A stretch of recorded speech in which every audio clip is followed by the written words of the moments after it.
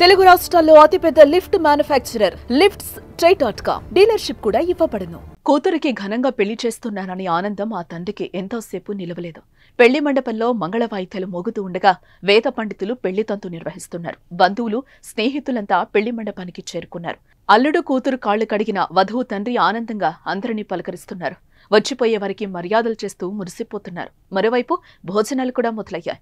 ఇంతలోనే ఊహించని పరిణామంతో పెళ్లింట విషాద ఛాయలు ముక్కున్నాయి.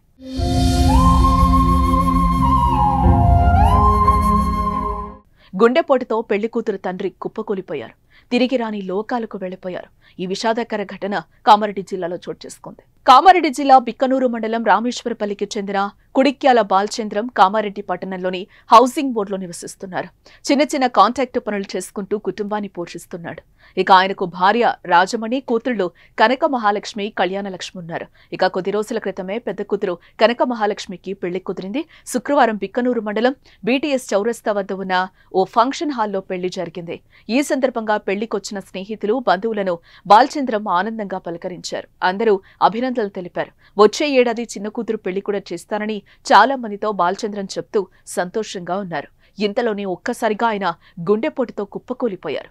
గమనించిన బంధువులు బాలచంద్రంను వెంటనే కామారెడ్డిలోని ఓ ప్రైవేట్ ఆసుపత్రికి తరలించారు. ఇక ఆసుపత్రిలో చికిత్స పొందుతూ ఆయన కన్నుమూశారు. కూతురు పెళ్లిలో తండ్రి కన్నుమూయటం ఆ కుటుంబానికి తీరని విషాదం మిగిలింది.